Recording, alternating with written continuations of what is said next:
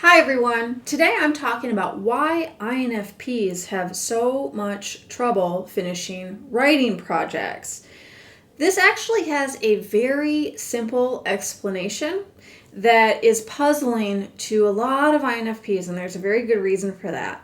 So let me give you a little bit of background before we get right to the root cause. INFPs tend to be one of the more unconventional personality types, and because of this, they really struggle in mainstream society.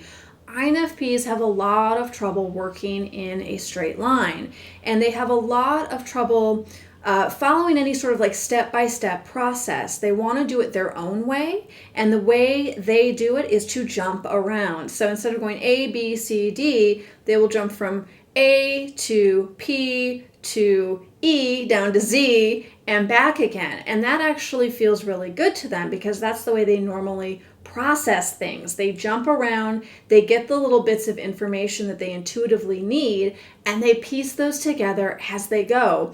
And that feels very fun and very rewarding to them. Now, this would all be well and good, except INFPs usually grow up feeling very different. And they feel like the way that they jump around, going from A to P to E to Z, is not okay. And they're actually usually taught this in school or in their families, that they need to not jump around so much. They need to pick one thing, stick with it, push through in a straight line until it's finished.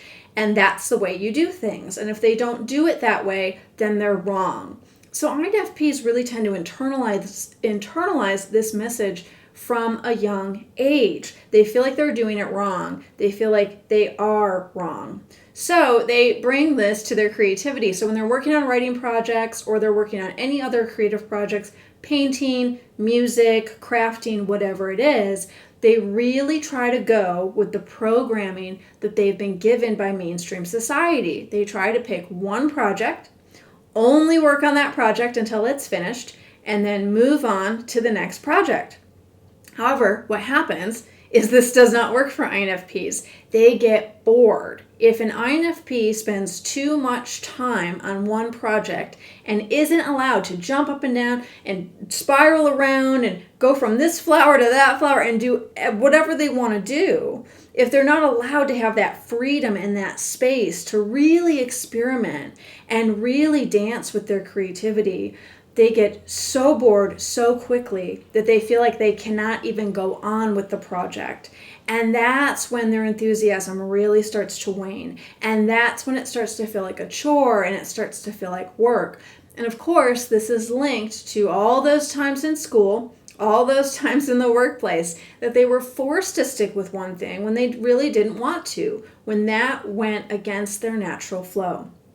So, the best thing an INFP writer can do is give themselves permission to work on multiple projects at the same time. And yes, that might mean multiple projects within the same day. I find that INFP writers do really well if they have about 3 to 5 projects that they're rotating between. So they work on one project and they work on that project until they get bored. And when they're bored, it's starting to feel tedious, they switch off, they put it away, and they go work on another project that feels like it's still exciting to them. There's some newness there. The feeling of something being new and something being a novelty is very important for INFP writers.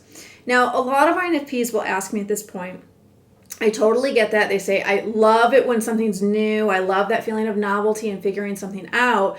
But with my 3 to 5 projects, what if none of them feel new? What if they all feel boring? In this case, I find that INFP is usually trying to work too fast on the projects, trying to push through too quickly.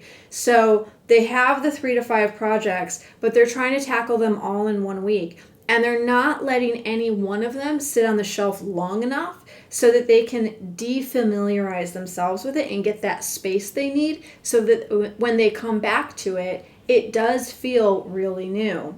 So that's also a very important part of the creative process for INFPs is to have that space built in. So they work on a project, they set it aside. They work on a project, they set it aside. Now, that might mean that an INFP has up to 10 to 12 projects going at one time. That's okay. If that feels good to the INFP writer, if they feel like they have those 10 to 12 projects, but each time they come to one of them, they're feeling a little bit of a spark, it's feeling kind of juicy, it's feeling really good to work on them, then they're in a good place. There's no need to pare it down. There's no need to do things the mainstream way. This is really the most important message for INFP writers. There's no need to do it the mainstream way. The mainstream way, it's probably not going to work for you, and it's not because you are wrong or you're doing anything wrong or anything is wrong with your brain.